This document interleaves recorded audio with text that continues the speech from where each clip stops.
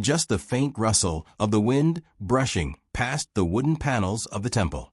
You can almost hear the dust settling, as if even the earth is holding its breath. Somewhere outside, a cicada hums its final song of the season. And in this stillness, this fragile silence, something ancient is about to begin again.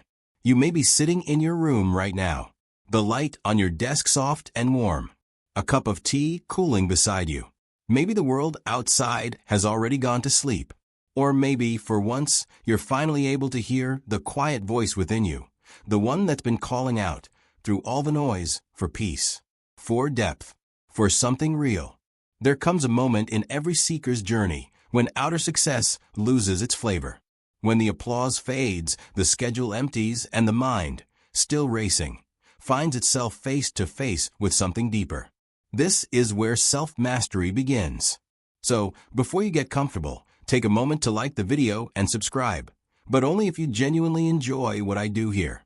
Feel free to comment below where you're watching from and what time it is there. What makes this moment feel so captivating to you? The dim lights, the soft hum of the fan, or the sense of beginning a quiet journey? Let me take you to the edge of a sacred mountain, far from the chaos of the modern world, where a boy once wandered into the shadows of a temple wall, not knowing that a whisper would change his life forever. I was that boy. Back then, I wasn't seeking enlightenment. I was running from my own noise. At 17, I had fire but no form. I was rebellious, headstrong, and full of questions. My father sent me to the Shaolin Temple not to find peace, but to keep me from destroying myself. The temple was cold. Stone floors, harsh winters, and silence that felt like punishment. The monks said little, moved like ghosts, and looked through me like I wasn't yet real. I remember thinking, this is prison with incense. But on the third week, I heard it. Late one night, after a brutal training session, I wandered past the western corridor, where students were not allowed. That's when I heard the voice. A whisper, barely audible, floating through the cracks of the wall. It wasn't chanting. It wasn't prayer. It was something else. A rhythm. Like breath. Like power. Like truth being wrapped in stillness. I pressed my ear to the cold stone. No movement until the third breath. Stillness reveals the shadow. Let the fire rise before you cool it. My skin tingled. Not from the cold. From recognition. Something ancient in those words stirred me, like remembering a dream you never had. That night, I didn't sleep. I kept hearing those phrases echoing. I didn't know what they meant, but they felt true. Like secrets whispered only to those willing to listen with more than ears. In the morning, I asked Shi Heng Yi what I had heard. He paused, then looked me dead in the eyes. You heard what was not meant for you, and now you must decide what to do with it. His voice was steady, but his gaze cut deep. That technique, he said, was once practiced only by those who face themselves fully. It was forbidden because most are not ready to see what it shows. I didn't understand, but I nodded anyway. He gave me one task. For the next 33 days, you will not train with the others. You will rise before the sun. You will sit, and you will listen not to the monks, not to the birds, but to your own resistance. It sounded easy. Sit and breathe. But on the first morning, I realized nothing is louder than silence when you're not ready to hear it. My legs ached. My thoughts screamed.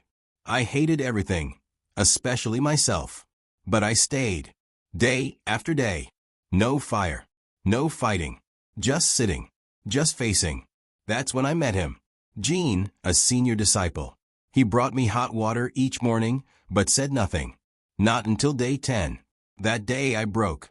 Tears. Rage. Regret. He sat beside me, silent. Then finally said, the whisper you heard is not a technique. It is a mirror. I didn't know what he meant until day 19, when I finally sat, without expectation. No trying. No forcing. Just being. That morning, I heard the whisper again. But this time, it wasn't coming from the wall. It was coming from within me. I had caught a glimpse of the forbidden technique. Not in form, but in spirit. Years later, Jean would tell me of another student, Elena, from a nearby village. She came to the temple after the death of her child. lost, hollow, barely breathing. She, too, was given the same silence. At first, she raged against it. But over time, she found something deeper than grief. Stillness became her sanctuary.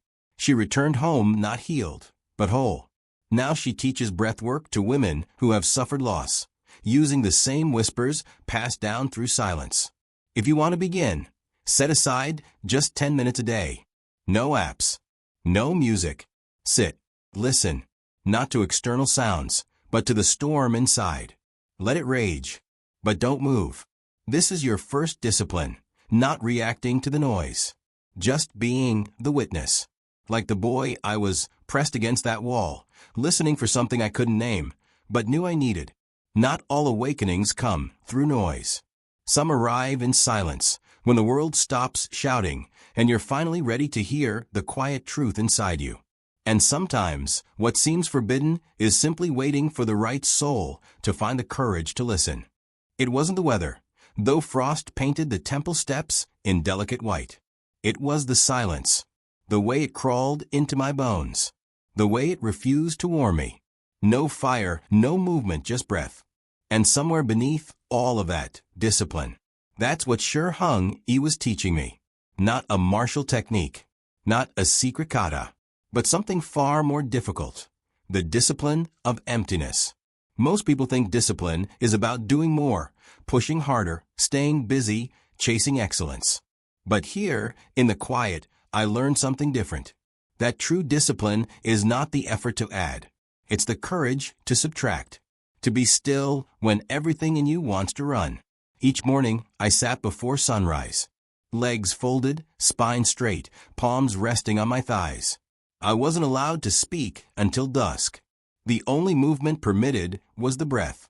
Inhale, hold, exhale, wait. I thought I understood endurance. I'd fought in tournaments, trained until my hands bled. But this broke me in ways I didn't expect. Because when everything is stripped away, no mirrors, no praise, no goals, you meet the version of yourself you've been running from. One morning, around the second week, something snapped. I remember shaking. A flood of anger rising for no reason. My breath wouldn't settle. My fists clenched.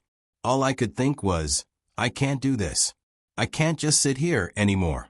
My body screamed to move, to run, to fight. But Shi Heng Yi stood behind me, silent like a mountain, not intervening, just present. And then he whispered, not loudly, not harshly, just enough to cut through the storm. Hold the emptiness. Do not fill it with fear. That phrase felt like a blade through my panic. Hold the emptiness? Why? What good is that? But I did.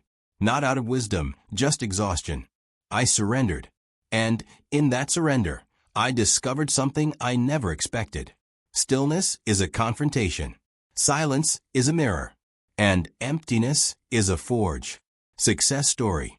Later, I would meet Marcus, a corporate strategist from Germany, who arrived at the temple burned out. His mind was a battlefield. Work stress, family strain, a life that looked perfect on paper but felt hollow inside. He couldn't sit still for 2 minutes without needing stimulation. So, Shi Heng Yi gave him the same task, sit. And in the beginning, Marcus laughed it off. How can sitting change a life? But on the 17th day, he broke. He wept without knowing why. And by the 33rd, he was still. He said it was the first time he'd ever truly been with himself without trying to fix, control, or escape. He returned to Germany and changed careers, became a mindfulness consultant for burned-out professionals. Practical strategy. Here's a practice, the 4-part stillness drill. Set a timer for 10 minutes. Sit down, no phone, no music, no talking. Every time your mind reacts, an itch, a thought, an emotion, notice it, but don't move. Just breathe. When the timer ends, write down what tried to pull you away. Over time, you'll see the same patterns. That's the real training. Not resisting the world outside, but the world within. Life lesson. The discipline of emptiness teaches you that discomfort is not the enemy, it's a teacher. Most people quit not because they're weak, but because they don't understand the value of the void. But if you sit long enough, If you endure without needing to escape, something inside you shifts. You realize, stillness is not passive. It is not weakness. It is the training ground for warriors of the soul. I remember a day near the end of my second month when I opened my eyes and the world felt sharper. Not louder, not faster, just clearer. The same wind that chilled me before now felt like a friend. I could hear the subtle rhythm of the trees swaying. I could see the softness in the monk's eyes. And I could feel myself. It wasn't peace I had found. It was presence. You've likely felt this too, maybe during a walk after a storm or in the hush before dawn. A moment where time slows, and you realize how much noise you've been carrying. That clarity doesn't come from adding more, but from doing less with deeper intention. Shi Heng Yi would later say, "Only the empty bowl can be filled. Only the still pond reflects the moon." He never shouted. He never rushed. And he never gave answers. Just silence. Just presence. Just discipline. I used to hate that. But now I understand. He was teaching me how to become the kind of person who could hold power without being consumed by it. The kind of person who could touch fire without burning others. And you, yes you, if you're still here, if you're still listening, you're already walking this path. The world doesn't need more speed. It needs more depth. It needs people who can sit with themselves and not flinch. So if you're overwhelmed, if your life feels out of control, start by sitting. Not to escape, not to meditate perfectly, just to face yourself. Because beneath the noise, beneath the fear, beneath the craving, is a stillness that will not abandon you. It is waiting, right where you are. Inhale, exhale, begin again. I had been in silent training for weeks. My breath was steadier, my thoughts less violent. But beneath the calm, something stirred. A quiet rebellion, as if the more I emptied myself, the more my shadows came to fill the space. I didn't expect it. I thought discipline would bring peace. But peace, real peace, is not comfort. It is confrontation. And, on that night, the confrontation came. I remember waking in the dark. My breath shallow. My chest tight. Like something ancient had cracked open inside me. My body trembled, not from cold, but from something I didn't yet understand. Rage. Regret. Sorrow. All at once. I stumbled outside, barefoot in the frost, trying to breathe, trying to anchor. And then I collapsed near the training post, hands on the frozen earth, gasping, breaking. Gene found me there, kneeling. He said nothing, just sat beside me, as the sky above us turned silver with moonlight. Finally, I asked him, "Why does it hurt more now that I'm still?" He looked at me and said, "Because stillness burns away the numbness. And beneath numbness is the fire." That was the first time I heard the phrase fire without smoke. It's how the monks described the awakening. A heat that rises from within. Invisible. Uncontrollable. Transformative. That night was my initiation. Not into some secret society, but into myself. Into all I had buried. The failures. The shame. The need to be seen. The fear of being forgotten. The guilt I never confessed. The forbidden technique had started working, not through rituals, but through revelation. The fire had come, and it demanded to be faced. Shi Heng Yi found me in the early hours, still kneeling. I expected discipline. Instead, he offered tea. We sat in silence as the horizon turned blue with dawn. Then he said, "There are three kinds of fire. The fire that destroys, the fire that consumes, and the fire that transforms. The first comes from anger, the second from ego. The third only comes through stillness." He paused. "You are feeling the third." I asked him what to do with it. He looked me in the eye and said, "Let it rise. Don't run. Don't explain. Just feel. Because only what is felt can be released." I think of Hannah, another disciple I met during that season. She came from Seoul, a violinist who lost her music after the sudden death of her brother. She arrived silent like a ghost. During her 4th week, she broke into tears while meditating. She said the silence made her remember melodies she'd buried. Shi Heng Yi guided her through fire without smoke, and one morning she played again. Not to perform, not to impress, but to feel.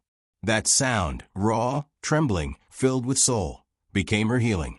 She later opened a sound therapy clinic in the city, helping others find healing through music born of stillness. When the fire comes, and it will, here is a method to face it. The three-phase reflection. Notice the emotion rising. Name it. I feel shame. I feel anger. Sit with it. No journaling. No fixing. Just feel it fully for 5 to 10 minutes. Let your body tremble, cry, breathe deeply, without judgment. Ask this question silently. What truth does this fire want me to see? Then wait. Don't force the answer. Let it rise. This process is not comfortable. It's cleansing. The fire doesn't come to punish. It comes to clear. The path of awakening is not a soft light falling gently through leaves. It is a furnace.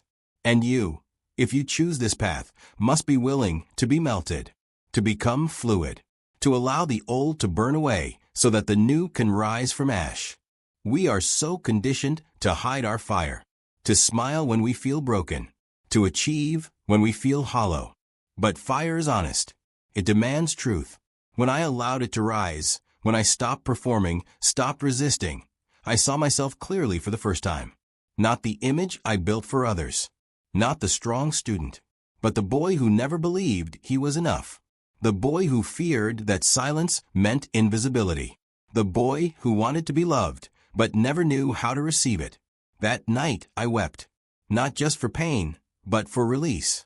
Shi Heng Yi told me the next morning, the forbidden technique is not a secret because it is dangerous.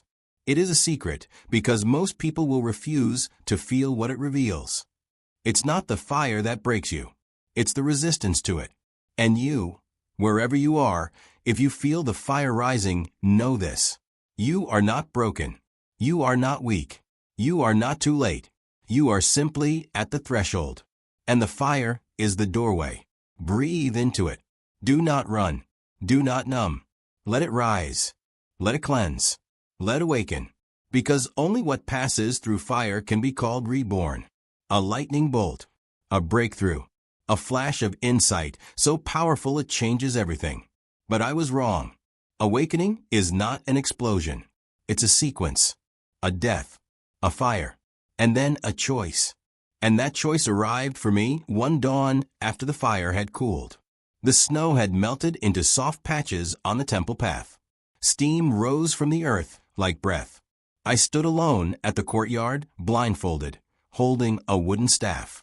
Shi Heng Yi's voice echoed from behind me. Today, you meet the gate. I didn't know what he meant. I'd heard rumors from the other disciples. Stories about a test only given in silence, never announced, and never explained. But I had no time to wonder. A gust of wind. A sound. Then pain. Something struck my side. Not hard enough to injure, but hard enough to challenge. I reacted. Swung wildly. Missed. Silence. Then, again, another strike from the other side. Every instinct screamed, fight, move, defend. But with the blindfold, I could not see where the next strike would come. I couldn't rely on eyes. Only presence. It went on for hours. Strike. Stillness. Strike. Stillness.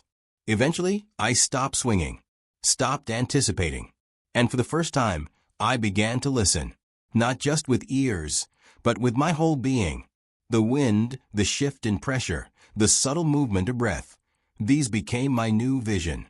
My new guide. And then, something changed. I stopped being the one reacting and became the one receiving. That's when Shi Heng Yi said, the forbidden technique is not about power. It is about permission. The gate you are facing is not outside you. It is the part of you that still believes you are unworthy to enter. I remember a man named Thomas, mid-40s, ex-military, stoic strong. On the outside, disciplined. On the inside, shattered by years of war and silence. He came to the temple looking for peace, but couldn't sit still for long. Always pacing. Always on edge. But Shi Heng Yi gave him this same test. blindfolded, staff in hand. For hours he was struck, not to punish, but to reveal. On the 4th hour, he dropped his staff and opened his palms. He stopped fighting. And for the first time in decades, he breathed. Fully, freely. He later said, "The fight ended when I stopped needing to win." He now works with veterans, guiding them through meditative recovery using stillness and breath. This is a practice you can try today. The gate meditation. Sit comfortably, eyes closed. Visualize a gate. Tall, ancient, closed. Ask yourself, what do I believe disqualifies me from passing through? Let the answers come. Guilt, fear, doubt, unworthiness. Then breathe deeply and silently repeat, I do not need to earn this moment. I only need to allow it. Repeat this for 7 days. Watch what rises. That's your gate. Face it, not to destroy it, but to pass through it awake. The gate always appears when you are close to crossing into a new self. Not because it blocks you, but because it mirrors you. It shows you the beliefs you still carry, the fears you still bow to, the lies you've mistaken for truth. The lesson is not to conquer the gate, but to release the illusion that it ever had power over you. You see, most of us live our lives waiting for permission. From others, from the world, from ourselves. Permission to rest, to create, to forgive, to begin again. But no gatekeeper is coming. No monk. No guru. No voice from the clouds. The only permission that matters is the one you give yourself. To enter the moment fully. To feel what you feel without shame. To stand where you are and say, this is enough. I am enough. Right here. After the blindfold training ended, Shi Heng Yi stood before me and said, now you see that mastery is not about defeating the world. It is about no longer needing the world to define you. He didn't clap, didn't smile. He just bowed and walked away. And I stood there, not victorious, but awake to the truth that had always been waiting. You listening to this, what is your gate? Is it the fear of being too much? Or not enough? Is it a memory? A mistake? A moment you wish you could undo? Look at it now, and hear this. You do not need to wait any longer. You have suffered enough. You have run far enough. You have doubted long enough. Step forward, blindfolded if you must.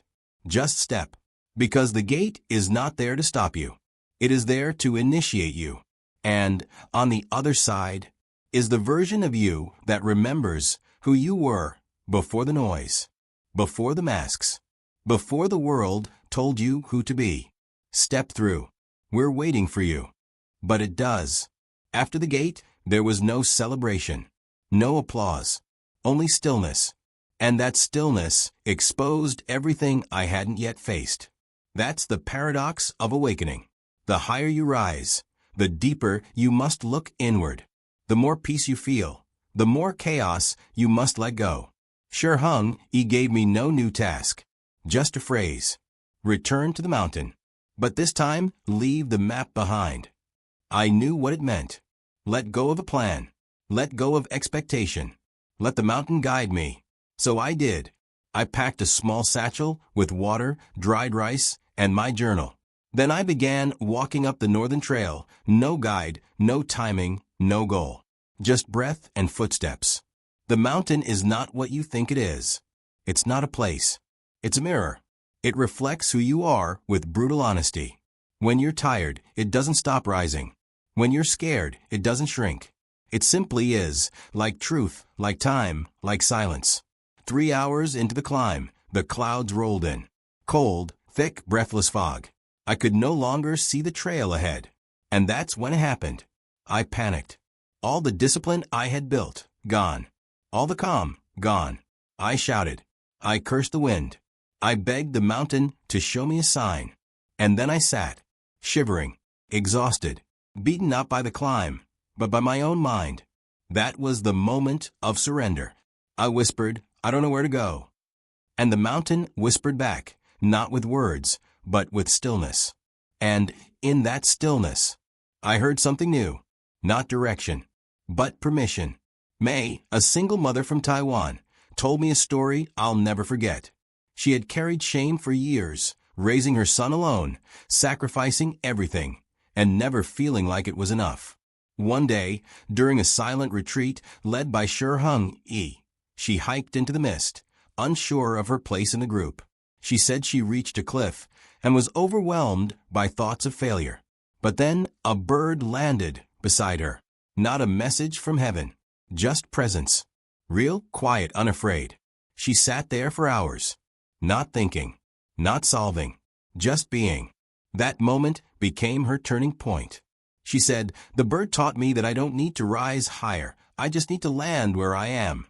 She now teaches mindfulness to parents under stress, helping them find peace in presence. This is a discipline I now carry with me everywhere. The 5-minute mapless walk. Go outside without your phone. Walk aimlessly for 5 minutes. Don't choose a direction, feel it. If you feel lost, pause. Breathe. Listen. Then continue. When the timer ends, sit where you are. Close your eyes. Ask, what am I trying to control that I need to surrender? This simple ritual teaches what the mountain taught me. You are never as lost as you think. You are only being asked to let go of the map. We crave certainty because we fear the unknown. But the unknown is not your enemy. It is the birthplace of every transformation. It holds the path you didn't plan for, the one that will grow you. It holds the insight you couldn't imagine, the one that will free you. It holds the version of you that's not bound by fear or memory or pressure, but only by now. That day, I didn't finish the climb. I didn't reach the summit, but I reached something more important. Stillness without answers. Surrender without resistance. Presence without needing to be useful. I realized then, the forbidden technique isn't a method. It's a release. It's when you stop using discipline as a cage and start using it as a key to open what's always been locked inside. Your instinct, your wisdom, your trust in the unknown. When I returned to the temple that night, covered in dirt and mist, Shi Heng Yi met me at the steps. He didn't ask if I reached the summit. He only asked, "Did the mountain show you who you are?" I said yes. He nodded. "You are now ready for the last truth. But it is not given. It is remembered." I didn't know what he meant then, but I felt it, somewhere beyond the mind. And you, if you're hearing this, I know you're carrying something too. A need to control. A plan that isn't working. A fear that if you stop steering, you'll sink. But maybe what's trying to rise within you is not a strategy, not a solution, but a surrender. The map has taken you far, but it cannot take you all the way. There comes a moment in every seeker's life when they must put down the compass, close the guidebook, and walk by trust alone. You don't need to see the end of the road to take the next step. You only need to listen to what is already guiding you from within. Not the noise, not the fear, not the story others told you, but the voice that's been whispering this whole time. Let go. Now walk. There was no announcement, no ritual, no sign from the heavens.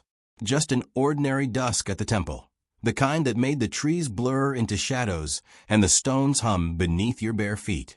But I felt it, not in my body, not in my thoughts, but somewhere deeper, a knowing that rose like heat before a storm. That night, Shi Heng Yi summoned me without words. He stood beneath the pine tree near the eastern archway, his hands behind his back, eyes toward the horizon. "You've seen the edges," he said without turning. "Now you will step inside." He led me down a path I'd never walked, beneath the roots of the mountain, through a narrow tunnel lit only by lanterns, until we emerged into a circular chamber of stone. In its center, a single mat. Around it, 8 unlit candles. "This is the chamber of mirrors," he said. "But there are no glass walls. Only breath, memory, and the final trial." He looked at me, his voice lower now. "Tonight, you will not fight your enemies. You will meet them." He placed a hand on my shoulder. "And this time, you must not try to defeat them." I didn't understand. Until I sat. Until the first candle was lit. The breath began. In 4 counts. Hold. 7 counts. Out. 8 counts. Slow. Deeper. Slower still. The shadows around me grew thick. And suddenly, without any sound, I saw him. My father. Not as a ghost. Not from memory. But as a presence, raw and real, sitting across from me. He didn't speak. He didn't have to. Every wound I had buried, every silence between us, every expectation, every word left unsaid, they rose like smoke from a flame. Then, another figure. My younger self. The boy who ran. The boy who felt never enough. His eyes wide, pleading. The girl I loved. The one I hurt. They kept coming. Not as punishment, but as truth. This was the forbidden technique. Not fighting the shadow, but embracing it. Luca, a combat veteran from Italy, once came to the temple during his darkest winter. He carried nightmares like armor, too heavy to remove, too painful to keep. In this chamber, he sat with the image of a fallen friend, a man he couldn't save. But he didn't run. He didn't scream. He sat, breathed, and in that stillness, forgave himself. Today, Luca works with other veterans, using breath and silence, not weapons, as his tools for healing. His words still echo in my heart. The only war worth winning is the one within. Try this, the 3 shadow sit. Sit in silence for 15 minutes in a dim space. On your inhale, bring to mind someone who hurt you. On your next breath, bring up someone you hurt. Then breathe in your younger self. Hold them in your awareness. No judgment, just presence. Breathe in, breathe out. Whisper this. I see you. I'm listening. I will not run. You are not there to erase them. You are there to meet them. We all carry shadows, guilt, grief, regret. But our pain does not make us unworthy. It makes us real. The forbidden technique was never about unlocking power. It was about unlocking truth. And the truth is this: you cannot master yourself until you embrace every part of you, especially the parts you wish to forget. As I sat in that chamber, sweat pouring, heart exposed, I didn't rise as a warrior. I didn't rise at all. I cried. And in that moment, I understood something I had never grasped during all the years of discipline and silence. Healing is not the absence of pain. It is the acceptance of pain without resistance. I remembered what Shi Heng Yi once said during a lecture none of us understood at the time.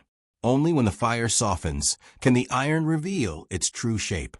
I didn't know how long I sat. Hours, maybe. But when I emerged, the world looked different. The leaves were sharper. The air cleaner. As if, for the first time, I was no longer watching life from behind a mask. Shi Heng Yi was waiting at the entrance. He looked at me not with pride, but with recognition. You've returned, he said softly. From where? I asked. He placed a hand over his heart.